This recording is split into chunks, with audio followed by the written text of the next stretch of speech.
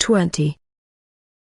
The specific nature of post-totalitarian conditions, with their absence of a normal political life and the fact that any far-reaching political change is utterly unforeseeable, has one positive aspect: it compels us to examine our situation in terms of its deeper coherences and to consider our future in the context of global, long-range prospects of the world of which we are a part. The fact that the most intrinsic and fundamental confrontation between human beings and the system takes place at a level incomparably more profound than that of traditional politics would seem, at the same time, to determine as well the direction such considerations will take. Our attention, therefore, inevitably turns to the most essential matter: the crisis of contemporary technological society as a whole. The crisis that Heidegger describes as the ineptitude of humanity face to face with the planetary power of technology. Technology, the child of modern science,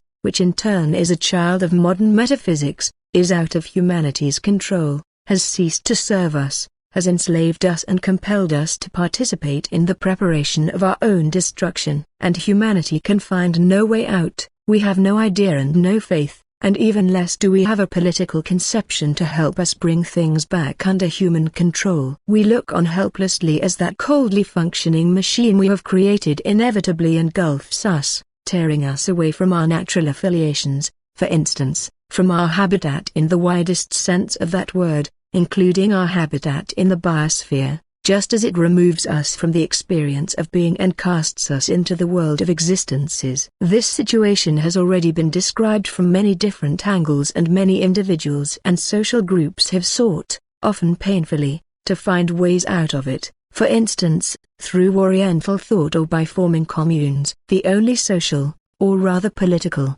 attempt to do something about it that contains the necessary element of universality, responsibility to and for the whole, is the desperate and, given the turmoil the world is in, fading voice of the ecological movement, and even though the attempt is limited to a particular notion of how to use technology to oppose the dictatorship of technology. Only a God can save us now, Heidegger says, and he emphasizes the necessity of a different way of thinking, that is, of a departure from what philosophy has been for centuries, and a radical change in the way in which humanity understands itself, the world, and its position in it. He knows no way out, and all he can recommend is preparing expectations. Various thinkers and movements feel that this as yet unknown way out might be most generally characterized as a broad existential revolution. I share this view, and I also share the opinion that a solution cannot be sought in some technological sleight of hand, that is, in some external proposal for change,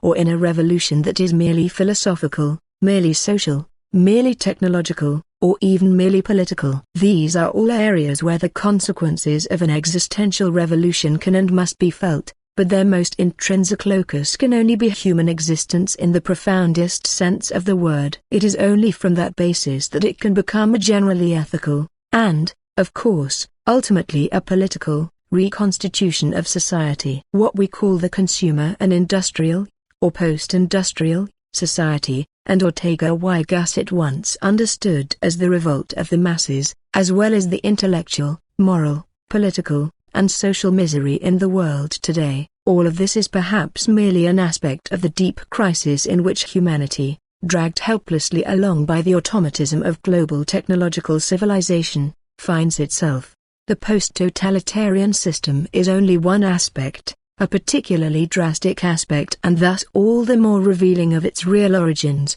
of this general inability of modern humanity to be the master of its own situation. The automatism of the post-totalitarian system is merely an extreme version of the global automatism of technological civilization. The human failure that it mirrors is only one variant of the general failure of modern humanity. This planetary challenge to the position of human beings in the world is, of course, also taking place in the Western world, the only difference being the social and political forms it takes. Heidegger refers expressly to a crisis of democracy. There is no real evidence that Western democracy, that is, democracy of the traditional parliamentary type, can offer solutions that are any more profound. It may even be said that the more room there is in the Western democracies, compared to our world, for the genuine aims of life, the better the crisis is hidden from people and the more deeply do they become immersed in it. It would appear that the traditional parliamentary democracies can offer no fundamental opposition to the automatism of technological civilization and the industrial consumer society, for they, too,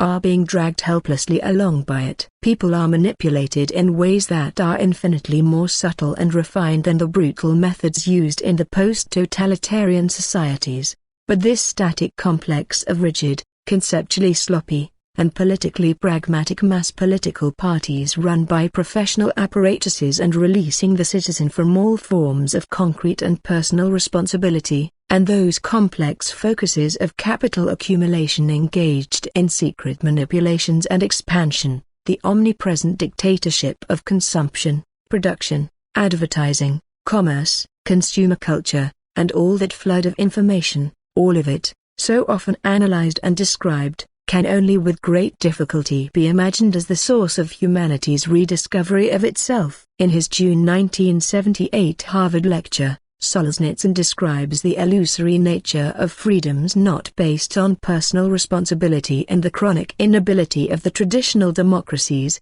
as a result, to oppose violence and totalitarianism. In a democracy, human beings may enjoy many personal freedoms and securities that are unknown to us, but in the end they do them no good, for they too are ultimately victims of the same automatism, and are incapable of defending their concerns about their own identity or preventing their superficialization or transcending concerns about their own personal survival to become proud and responsible members of the polis, making a genuine contribution to the creation of its destiny. Because all our prospects for a significant change for the better are very long range indeed, we are obliged to take note of this deep crisis of traditional democracy. Certainly, if conditions were to be created for democracy in some countries in the Soviet bloc, although this is becoming increasingly improbable, it might be an appropriate transitional solution that would help to restore the devastated sense of civic awareness, to renew democratic discussion,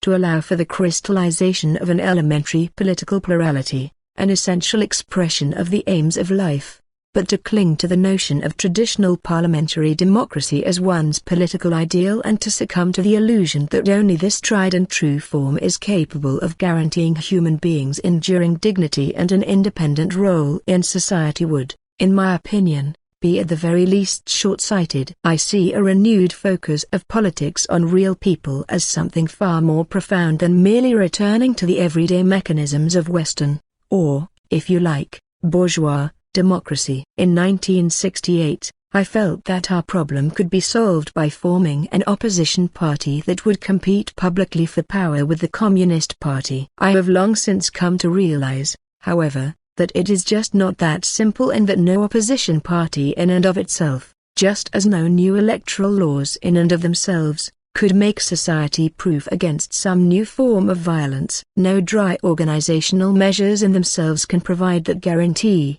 and we would be hard-pressed to find in them that God who alone can save us. To find in them